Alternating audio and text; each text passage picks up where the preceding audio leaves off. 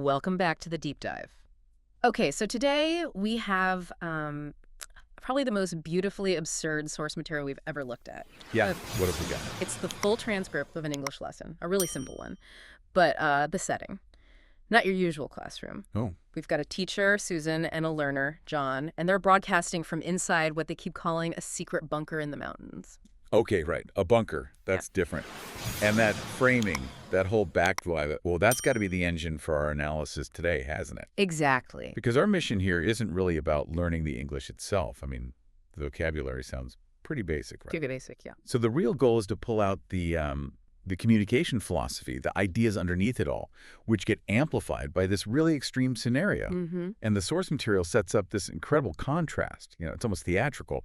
John's apparently in his cold and echoing $1 bunker. $1. $1. Well, Susan, she's in what's described as possibly a $1 million bunker. Yeah. A $1 billion bunker. It's quite the gap. It really is. So you've got this huge physical and, financial difference, but they're sharing this goal, learning language. That's the analytical lens right there, isn't it? It's like a communication case study, but framed by this massive, almost catastrophic socioeconomic gap. They're miles apart physically, universes apart financially, but they're connecting through this shared task, language learning. Right. And what jumped out at me right away wasn't even the first hello, it was the sequence. Before they even get to standard greetings, they lay down this emotional foundation. How so? They start with these simple statements, I feel happy, and it's good to be back. Okay. And that specific order, that sequencing, that's probably the first big clue, isn't it, about their strategy? I think so. Why start with emotion before politeness? Well, maybe they're affirming well-being first, resilience even. Right. If John really is in some cold $1 bunker, Yeah. I feel happy isn't just practicing English. It's like an aspirational statement, almost a survival tool, psychologically speaking. Yeah. That makes a lot of sense. By starting with, I feel happy, and it's good to be back, they're immediately setting the tone. They're saying this communication space, this bubble they're creating, it's positive. Regardless of the bunkers. Yeah, regardless of the cold or the darkness or the $1 billion separating them, it sort of disarms that hierarchy that the bunker budgets immediately suggest. Okay, that really clicks. The communication feels layered, almost strategic, like you said. Yeah. So once that emotional state is set, Then they move to acknowledging the return. Which brings us to, the first main section, mastering the welcome. The lesson really drills down on the structure, right? Using the phrase welcome back name. And this is where you see the linguistic details become really important for understanding, how English works socially. how so? Because John, the learner, he immediately asks this seemingly simple but actually crucial question. He asks, can we also say welcome home? Right. And this is where the lesson moves beyond just repeating phrases. It gets into actual usage. The source is super clear on this point. Welcome home is specific, very specific. You only use it when someone returns to their actual house, their home, where they live. Exactly. And the general phrase, the one you can use almost anywhere else someone returns to, is welcome back. So like returning to school or work? Or a podcast studio. Huh. Or, in this case, a bunker. Okay. This difference, it seems small, but it teaches you something about the cultural weight of the word home in English. It implies this deep, personal connection, belonging. So when they land on the phrase, welcome back to the bunker, which is the example they generate, they're acknowledging the physical return, but they're not necessarily saying that this cold $1 place is, a comforting home. Precisely. It separates presence from belonging. That's a great distinction. And it gives you, the listener, a really practical rule, right? Oh. Outside of bunkers, someone comes back to the office after vacation. Welcome back. Someone comes back from a long trip and walks into their own house. Welcome home. Simple as that. And notice how the setting, the bunker, really anchors it. That phrase, welcome back to the bunker, becomes memorable. It's almost a catchphrase, right? It sticks way better than some generic example about, a classroom. True. It just goes to show that learning works well when there's strong context, high contrast maybe. Definitely. Okay, so we've established the welcome, the positive frame. Let's look at how they tackled the most basic greetings, the everyday hellos. Right. They introduced three main ways: hello, hi, and hey. But instead of just giving definitions, let's dig into the social power each one might carry, especially between this Susan and this John. Well, if we look at how they're presented, you see this potential leveling effect again. Hello is the baseline, right? Common, works anywhere, pretty neutral. Standard. Hi's a bit softer. Maybe implies you expect a friendly, easy response. But then there's hey, and the lesson specifically calls it more casual, more friendly. Why do you think it's significant they explicitly taught hey in this really strange high-stakes communication setting? Well, choosing a casual greeting like hey, it could be a deliberate move, couldn't it, to kind of flatten the playing field? How so? If John, down in his, modest $1 bunker, chooses to say, hey, Susan, well, maybe he's trying, perhaps unconsciously, to bridge that billion-dollar gap between them, just for a moment. That's a really interesting point. The lesson gives him the tool, the permission almost, to introduce that informality. Exactly. And by having them practice both, the super casual, hey, John, and hi, Susan, alongside the slightly more formal, hello, my friend, Yeah. they're modeling how you adjust your tone. Depending on the closeness you want to signal. Right. It shows that you, speaker, have some control over the social distance in that moment. Which greeting you choose. It's not just about definition.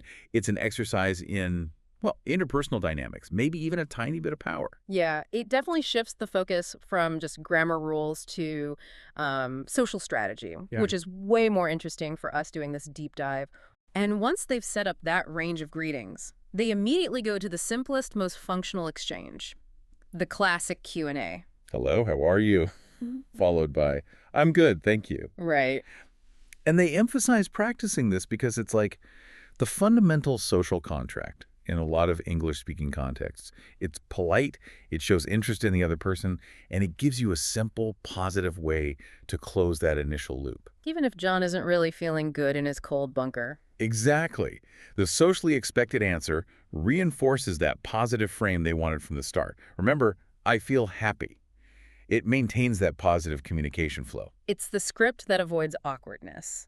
Okay, so simple structure covered. That leads pretty naturally into adding more politeness using context, right? The time-specific greetings. Yeah, the source calls these ones so clear and polite. Which ones are we talking about? We're talking good morning, good afternoon, and good evening. These are, essential politeness markers. And why are they important in this context? Well, they show attentiveness, respect for the world outside their little communication bubble, even if that bubble is just lit by a bunker lamp. They signal awareness of the broader context, time. Okay, but then the physical reality crashes back in, doesn't it? The bunker itself forces its way into the lesson. Yeah, this is a great moment. John actually pauses the lesson. He needs vocabulary for his immediate surroundings. He asks how to describe the temperature. Because he's cold. Right. This is where the learning gets applied directly. His bunker is cheap, probably drafty. Yes. So Susan gives him the practical phrases he needs. It's cold. And the personal version, I'm cold. And I love that little bit of humor they managed to inject here, using the contrast. What happens? When they introduce the opposite phrase, it's warm, John immediately uses it to sort of gently tease Susan. He implies that she, in her fancy billion-dollar bunker, must be nice and warm. So he uses the new word to highlight their different situations, but in a playful way, little jab. That moment's brilliant because it shows communication working best when it is contextual and personal. It takes a simple functional phrase and turns it into a shared joke. Bridging the gap. Exactly. It overcomes the cold, the money difference, just through a bit of humor and observation. They're using the vocabulary not just to learn, but to acknowledge their different realities, and that actually strengthens their connection rather than pushing them apart. Okay, so they start in this very specific, two-person, cold environment. But then the lesson zooms out, right? It goes global. Yeah, the practice shifts dramatically. Suddenly they're addressing this huge, unseen audience. Hello, world. Hello, everyone. Hello, friends. That's quite a leap. From John's immediate need, I'm cold, to hello, world. And this big picture view, this is where we get to the philosophical core of this whole thing. This is where the source material basically spells out its main message. How does it do that? John and Susan use the final moments, not really to review grammar, but to explain why they're even doing this lesson in this way. John voices this really profound idea. He realizes that despite their totally different realities. The $1 bunker versus the $1 billion bunker? Yeah. Despite that enormous gap, he says, we can still say the same words. Wow. That quote, that says it all, doesn't it? We can still say the same words. It's like the ultimate statement on how simple language can just level the playing field. That does cost $1 billion to say hello. Or I feel happy. The language itself is the common ground. Absolutely. And Susan kind of summarizes this power. She says, English connects people. Rich, poor, big bunker, small bunker, everyone can speak together.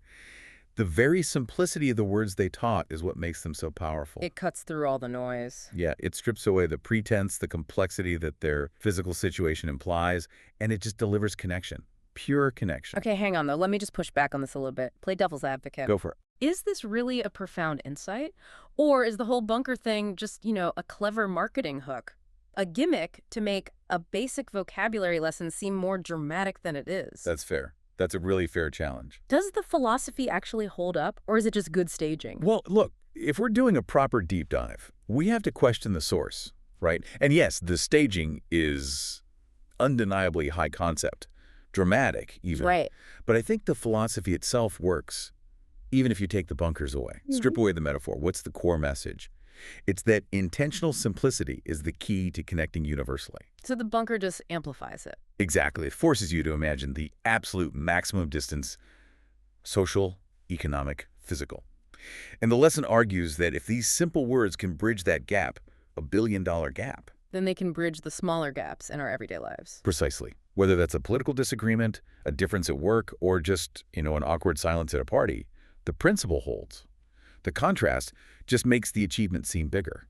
Okay, I buy that defense. The contrast highlights the power. And they wrap it up by giving these simple words real metaphorical weight, don't they? You really do.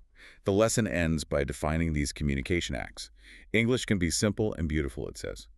And crucially, even in a dark bunker, we can share light with our words. That's powerful imagery. And they give these specific analogies. They say, when you say hello, you open a door. It's an invitation, right? An opening for engagement. Okay. And welcome back. Welcome back, they say, is like opening your heart. It's about sincerity, warmth, valuing the other person's presence. So these aren't just grammatical definitions. Oh, no, not at all. We're definitions of intent. They're teaching that every phrase, even the most basic ones, should have a purpose. And that purpose is connection. So bringing this back to us, living outside of bunkers, hopefully, what's the takeaway? It means the foundations really matter. And maybe even more importantly, your intention behind the words matters more than using fancy vocabulary. Right. So let's quickly recap those key building blocks. The toolkit for connection they provided, we had hello, hi, hey. Yep. And that crucial, versatile phrase, welcome back. Can't forget that one. Plus those time markers for showing respect. Good morning, good afternoon, good evening. And remember where they started. Those initial affirmations. The emotional setup. I'm happy and it's good to be back. It's amazing. They built this whole social and emotional framework with maybe 10 core phrases? Pretty much. And then naturally, to wrap up a conversation, they provide the farewells. Right. The ways to say goodbye, see you soon. And that nice positive wish, have a nice day. All framed by that final open invitation for connection. Welcome back anytime. Love that. So if we tie this back to the big idea from the source, that simple words like hello and welcome back can literally bridge a billion-dollar gap and share light even in darkness. It leaves us with a really interesting question for you, the listener, to think about. Okay, what is it? We often use these phrases out of habit, right? Politeness. But if intention is the real key, like the lesson suggests, what other common everyday phrases do you use, maybe without much thought, that could actually hold unexpected power? Power to open doors, or maybe even open hearts? That's a good one. Thinking about the hidden weight in mundane words. Yeah. What's the real impact of the simple things you say every day? Something to mull over. So the message seems to be, keep learning, keep smiling, and always remember to lead with connection. Always say, hello, and welcome back.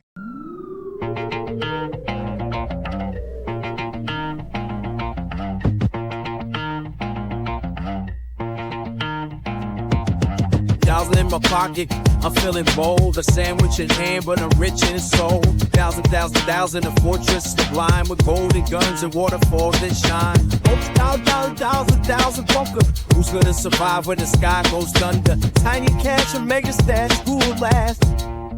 A crazy clash.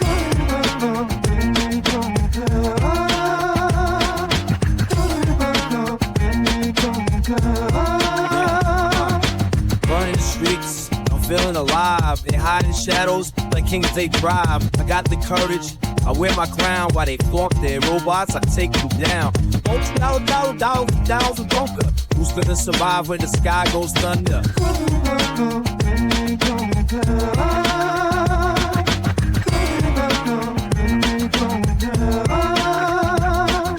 Tiny cash to make a stat. Who will ask? Tiny cash, not that's born in his thousand. Thousand. A crazy glad. Money can't buy a heart that's free. I laugh, I dance, climb the tallest tree. Focus make glisten, but I go bright. With half the dollar in hand, I embrace the night.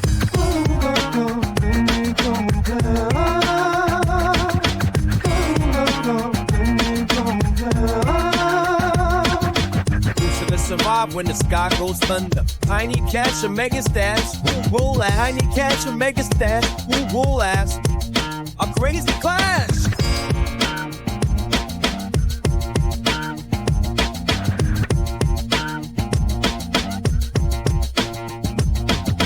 Take your bullions, keep them tight.